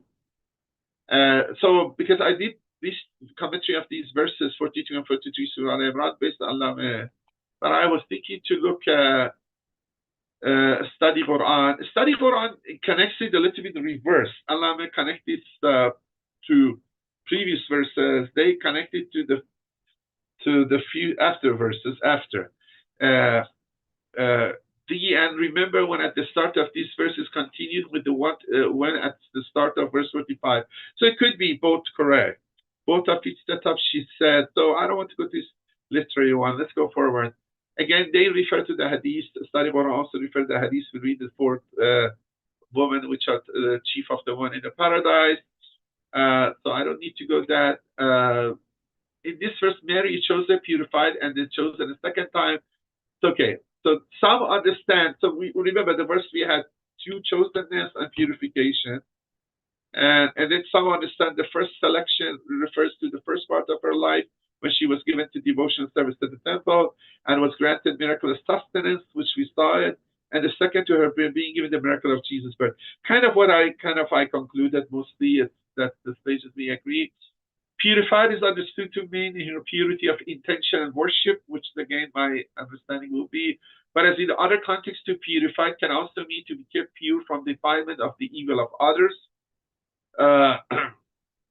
This could be true too. Then it produced an intertextuality. The verse has a language similar to Luke 1:42, where it is said to Mary, "Blessed thou art among women." Okay, whether the question is that whether this verse 42 we have somewhere in the Bible or New Testament we're reading, there are some relationship that the angels telling Mary that you're chosen, you're purified, you're chosen over all the women of the world. Okay, so the Study Qur'an gives the verse 42 of Luke 1, which we read it before. It is some connection, but it's not that connection. I'm going to show the intertextuality, but just read the commentary to verse 43 to be faster. A commentary on verse 43 regarding which the one says, "O Mary, be devoutly obedient to the Lord, prostrate and bow with those who bow." Regarding devoutly obedient on it, which carries the sense of conformity, but also of constancy, being in a standing position and silence. So this is somehow the commentary, what means prostration and bowing are mentioned together in other verses. In a command to Abraham and Ishmael, and bow with those who bow also appears in other verses. So we kind of nothing much added to it, but intertextuality. But the one Study Qur'an refers is the Luke 1. The Luke 1, we have angels, because it must be angels saying something to Mary that to be make sense and make Qur'an. We already read this, but the Luke 29, 129, we have that the angel went to her and said, "Greetings, you who are highly favored." So highly favored, maybe we can say chosen, stafaki. So, but it is not as complete and elaborate Quran. This is the verse 29, Luke 1. But then they add, "The Lord is with you." But then Mary was greatly troubled at his words and wondered what kind of greeting this might be. But the angel said to her, "Do not be afraid, Mary. You have found favor with God." So again, another time repeating you have been favored by God. Favored by God means chosen, Stafaki. And then they tell her, you will conceive, give birth to a son, and you are called to him Jesus. So this favor, this to God, is related to she conceiving Jesus and giving birth to it. Then we go to the verse 42, which the Study Qur'an mentions. But that verse 42 is not said necessarily by angel. It's said by Elizabeth, but they put a addition to it. And when Elizabeth heard the greeting of Mary, the baby leaped in her womb. We have discussed it when Mary, after getting the Annunciation, went to visit her aunt Elizabeth, because the angel told her that Elizabeth is also pregnant with John the Baptist. And Elizabeth was filled with the Holy Spirit, and she exclaimed with a loud cry, "Blessed are you among women, and blessed is the fruit of your womb." Okay, this is the one Study Qur'an get into textuality. It's not that strong, but this is Luke. And then we go to the ProtoGospel of James, which, remember, we said Qur'an has more intertextuality with ProtoGospel of James regarding the story of birth of Mary and birth of Jesus. Here we have a longer Wednesday. And when we know the story, and as the drawing shows, the drawing of the first drawing I showed to you, that Mary has took a picture and the angel is talking to her, and she took, this is Islamic miniature. Maybe I go back. Okay, look, maybe it took a while, but seeing it is good, because this is Islamic miniature and it's more matched to the ProtoGospel of James. So it means those stories was also known, that Islamic tradition. Look, this one. So you see, she has a picture. She's standing, and Gabriel comes and telling her that okay, she's chosen. So intertextuality Quran wasn't much with as Luke. We see is more with the ProtoGospel of James in this verse of chosenness. And it says, and she took the pitcher and went out to fill it with water, and behold, a voice saying, "Hail, you has received grace." Here, this stafaki means grace. The Lord is with you. Blessed are you among women. So blessing, grace, all means chosenness. Again, the angel told her when she went back and she looked around on the right hand and on the left to see, hence this voice came, and she went away trembling to her house and put on the pitcher, and taking the purple, she sat down on their seat and drew it out. We discussed it. She was throwing something for the temple, and behold, an angel of the Lord stood before her, saying, the angel again appears, meaning another angel, "Fear not, Mary, that you have found grace before the Lord of all, and you shall conceive according to his word." So again, the blessing is to her finding grace. Another time, which again she sees Elizabeth, and Elizabeth blessed her. So I think the intertextuality with the Elizabeth doesn't work, but the angels say.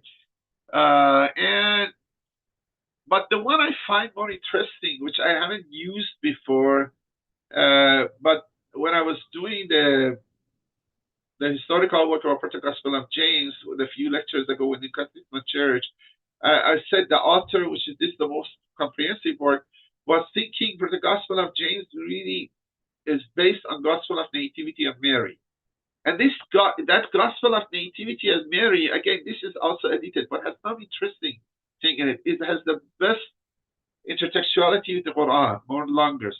So again, it says, and in those days, that is at the time of her first coming to Galilee, the angel Gabriel was sent to her by God to announce to her the conception of the Lord and to explain the manner and order of conception. Accordingly, going in, he filled the chamber where she was with a great light. So this time, the angel come to the room, and most courteously saluting her, the angel salutes Mary, and he said, "Hail Mary, O Virgin, highly favored by the Lord, Virgin full of grace, the Lord is with you. Blessed are you above all women." Okay, this is this time, all women. Other ones, they did not have this phrase. Stafaki ala lisan alami. Blessed are you above all women. I mean, and then, but he has a phrase added after that, which I think is correct too. Maybe not all women, but blessed above all men that have been hitherto born. And that's interestingly, if we extend the heater to born, it goes till the time of Hazrat Maryam. So you see, I think Quran has any intertextuality which a little bit changed or differ in this one, and Gospel of the Nativity of Mary. So first, because none of the previous one had this above all women, above all men, and then this qualification till that time.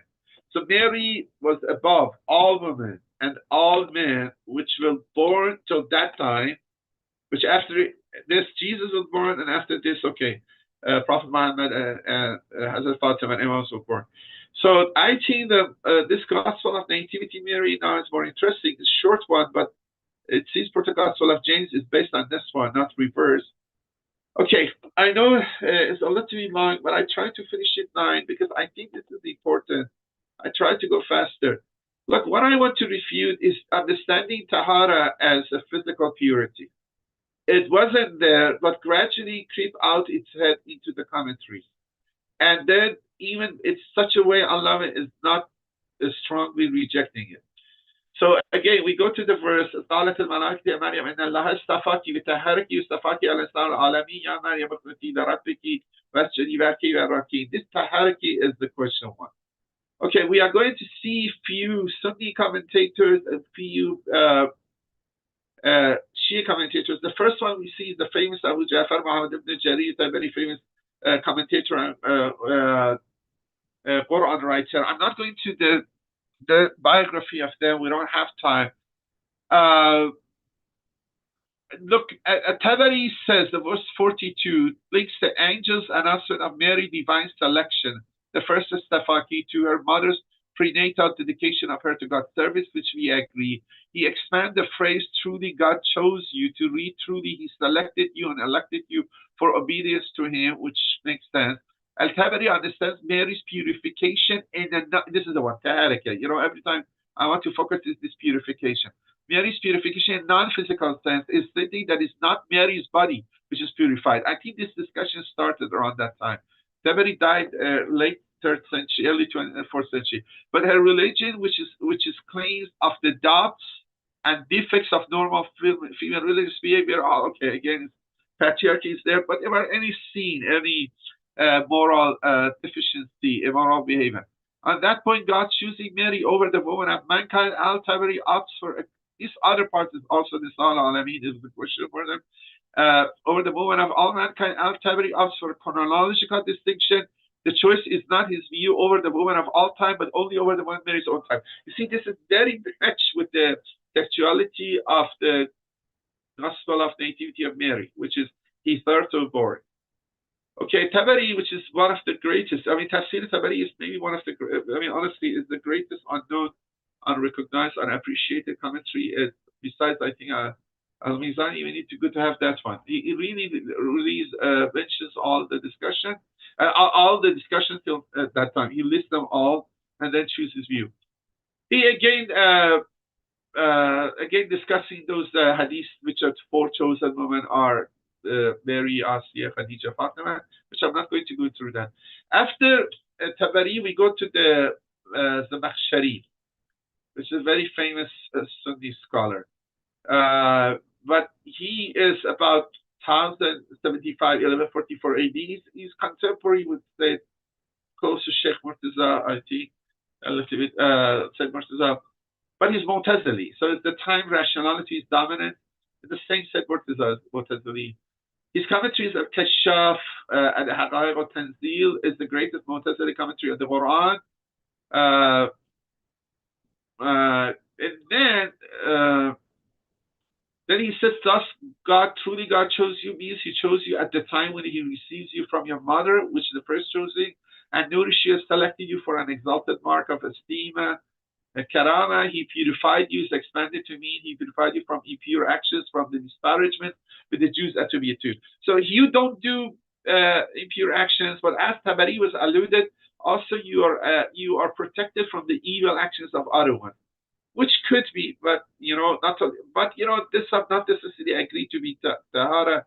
You should be protected from outside. You should from inside. But anyway, This latter refers to the scene in Surah 19 when Mary, upon returning to her people with her newborn, is derided for her chastity. This is means for purity, protecting reputation, or something like that. Finally, Zimakhshari understand he choose you over the woman of mankind to imply not a chronologically based preference, but one dependent upon that exalted mark of esteem to which he had just alluded. Thus, he chose you by giving you Isa without a father. That hasn't happened to any other woman. He makes it a little bit uniqueness, a little bit by this way bring it down. I mean, it is rank 2. It is a rank, but it's mark of esteem. Okay, he goes middle way, but maybe not necessarily to his own time, but forever, because she will be the only woman. I mean, we can go this way. If we do it this way, it's forever. She's the only woman which we will have a child without father. Okay, she's the only, as far as we know, she is the only woman in history mankind which can conceive without father. After him, the other guy, which is a kind of nemesis or rival of the Zimakhshari, Fakhr Razi, which is she's Ash'ari, he's Ash'ari. Sorry. Al-Razi begins his treatment of this verse by connecting Mary's divine selection to her mother's prenatal dedication of her to God's service. Okay, this is the same. He's particularly careful to insist Mary's being the recipient of the angel's announcement in no way implies that she's a prophet. That is Isha Muhaddith, which kind of says she also more or less in that line. The status of prophet is reserved for men. Okay, he emphasized menness of it, but okay. Alone as Razi carefully documents on the basis of the verse 109:12. Surah 12:109. I'm not going too much discussing that. Although Razi takes the pains to establish this because it means the divine favor evidenced by the sending of Gabriel must be attributed primarily either to Jesus, Zachary, and only secondly to Mary.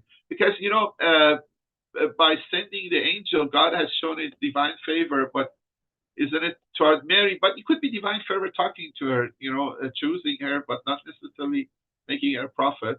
But then, you know, in the verse 109 of Surah 12, the verse says, we did not send any apostles before you except as men from among the people of the towns. And then they have this question whether Rajal only is man, woman, is exactly this discussion. The word is in Iran constitution, whether the woman can be president or not. I'm not going through that, but that's also a part of discussion. But the choosing one is important. I try to finish my few minutes. Al-Razi's more discriminated treatment of these verses again exhibited in discussion of two choosing. What are the two Safaki mean? He first divides them chronologically, attributing one to the earlier part of Mary's life and other to the latter, which I think we can agree. The earlier choosing involved several elements: God's acceptance of her consecrated status despite her being a female, her miraculous nourishment, her being singled out for various kinds of grace and divine guidance, and the fact that she heard the angels directly. Before proceeding to examine the second choosing, Al-Razi deals with the intermediate phrase of he who purified you. This is important, purified. Razi, which is Ash'ari, and latter, his understanding of this is both spiritual, like of the Tabari and Zimakhshari, but also physical. So at least in this chain of commentators, Razi is the one bringing in physical to the story. The Tabari and Zimakhshari were all spiritual alone. Razi, which is Ash'ari, brings the physical into the Tahariki. Mary's spiritual purification cleansed her from unbelief and a blameworthy behavior. By physically, she was purified from any contact with men. Okay, that's correct. But from menstruation. Okay, if Mary doesn't menstruate, then she's not a typical woman. And then I don't think this is a help. And this is that makes Mary not be a good role model. This is, I know, this is, as I said, it was not even the first commentators, and start to add it and reduce the meaning of the heritage to something which is not. I mean, you go to the restroom, all of us become unclean. Does it mean it should be big deal? Okay, we clean ourselves. I mean, 1 minute, 2 minutes, 1 hour, 1 week, doesn't matter. For the second choosing, where the Quranic phrase states, he chooses you over the woman of mankind, Al-Razi follows as the Zimakhshari idea and explains that this is a God giving Isa to Mary without the need of even father. The second choosing, or second privilege, second favor, show to use this. They add to this Jesus' defense of Mary from the cradle as another sign of the second divine choice. The fact that Jesus also has a miracle and defending her is also another favor. Al-Razi also follows the traditional Tabari interpretation of God's choice of Mary over the woman of mankind by quoting a representative hadith, the type catalog of Tabari, which the one we saw, in which Muhammad declares Mary, Asiya, Khadija, Fatima, the most excellent of women. But he specifically contradicts Al-Tabari chronological explanation. Yeah, here is different. Tabari said Mary is chosen as highest ranking from the woman till his own time. But Fakhr Razi says, but he specifically contradicts Tabari chronological explanation which restrain the scope of Mary preeminence to the woman of her own time. And Razi states that such an understanding neglects the literal meaning of the text, so he took it for all the time ever. Now, so those were classic ones. We come and use Sunni commentator Muhammad Rashid Rida. Rashid Rida is important because he wrote Tafsir Al-Mizan, and Allah, when wants to discuss the Sunni tafsir, especially regarding the people of the book stuff, he goes to Rashid Rida tafsir. And Rashid Rida has elements of Salafism in him too, and then influenced many of these movements after him. Muhammad Rashid Rida, who was born in 1865, died in 1935, so his contemporaries commentary entitled Tafsir Al-Mizan is a combination of both his own ideas and those of his teacher and guide, Muhammad Abduh. And Muhammad Abduh was the student of Jamaluddin, Sayyid Jamaluddin Tabatabai, and most people of West Khan, Sayyid Jamaluddin Afghani, but it was Irani and Shia. So Asadabadi, and then Abduh is student, and Rashid Rida student and Abduh. Rashid Rida, but Abduh was Egyptian, Afghani, Irani, Asadabadi, Irani. Rashid Rida was Syrian. Rashid Rida's discussion of this first Surah Al-Imran follows the tradition of the three previous Sunni exegetes. He ties together more closely the idea of divine choice and purification than do the others. Mary is first chosen the acceptance of her consecration to divine service in the Lord's house, the only woman to be granted such an honor. So she got the honor to be dedicated to temple, living in temple, like Hazrat Ali has the honor to born in Kaaba, or her mother Fatima had the honor to be given birth to a child inside Kaaba, something like that. So she had the honor to doing service in the Lord's house. And necessarily correlated to this mark of esteem was Mary's physical purification from menstruation, so that she would bring no defilement to the temple. They get it upside down. They said because she be to temple, to stay in the temple, she should be purified. She had not menstruated. She didn't stay after menstruation started. We have clearly the verse of Surah Al-Mu'minun 15 said, we set up Mary and her son at a place with high elevation and good water. That was that near Lake Tiberias. So, and then she gave birth when she was young. She was not in the temple after she started menstruation, become adult, to require to be not having menstruating to be in the temple. So this is completely upside down, and I think this is because I don't think this helps to, if you decide Mary doesn't menstruate at all, she's a different type of woman.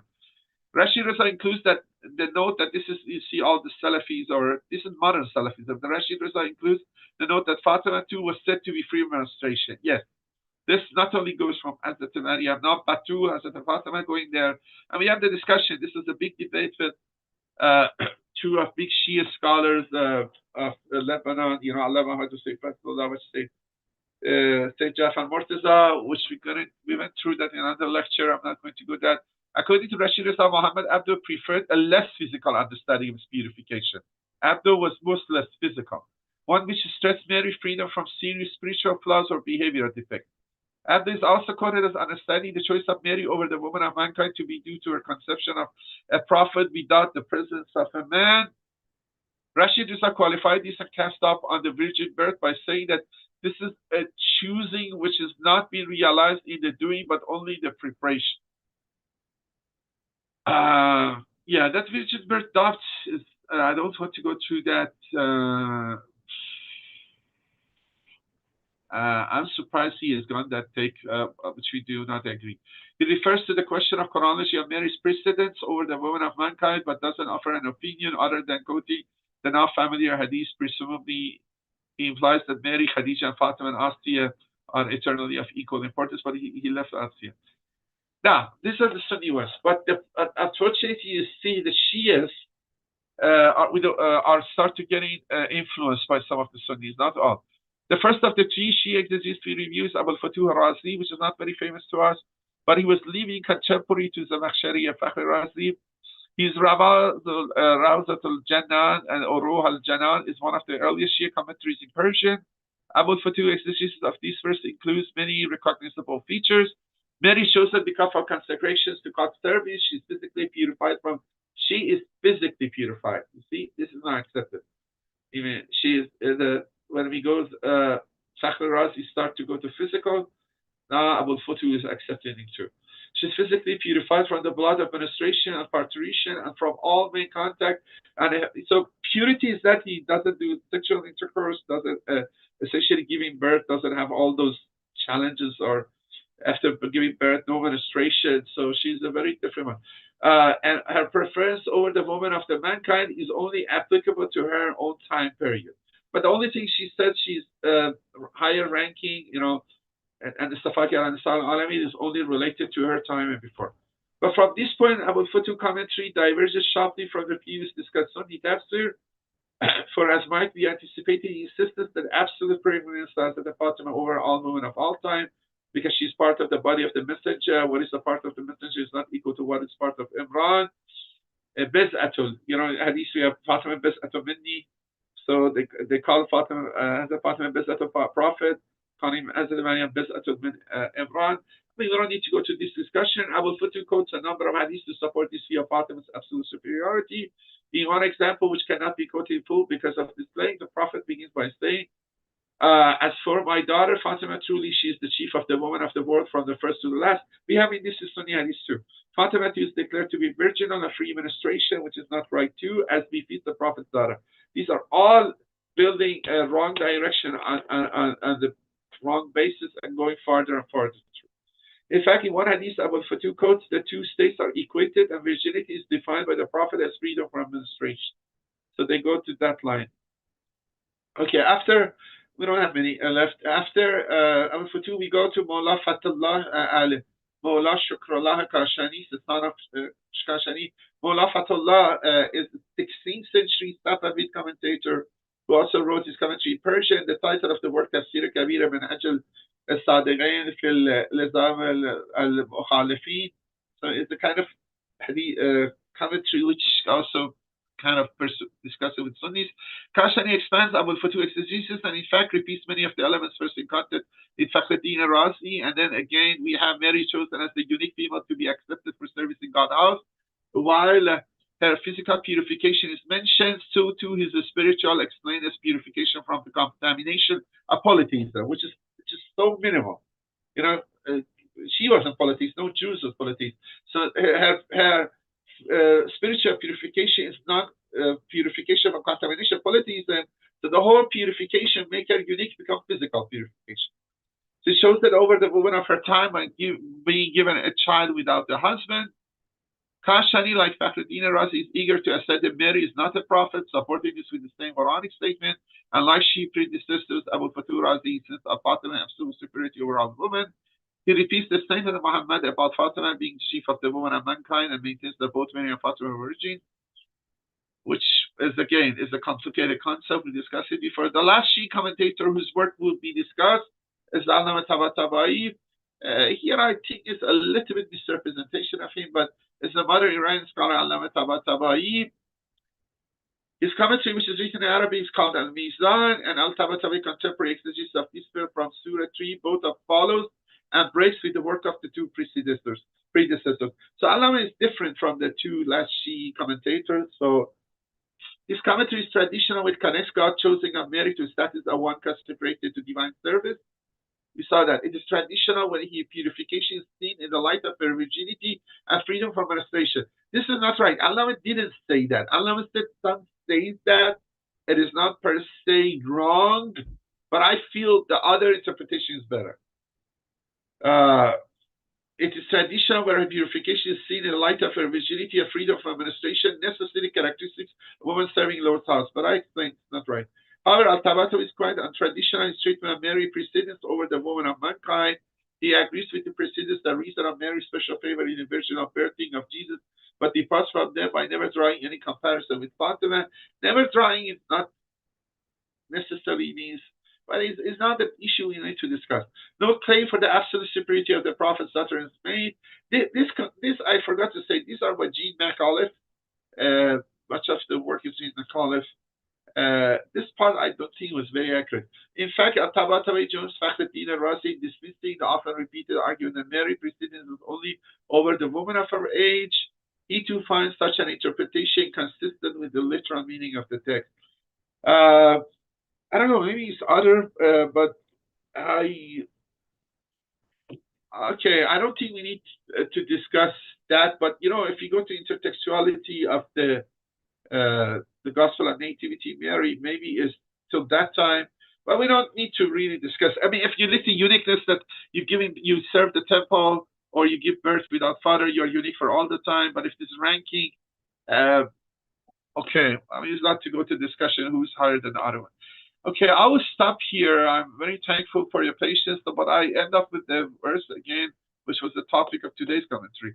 إذ قالت الملائكة يا مريم إن الله اصطفاك وطهرك واصطفاك على نساء العالمين يا مريم اقنتي لربك واسجدي واركعي مع الراكعين. I know it's a little bit longer than time, but I'm thankful for your patience and listening.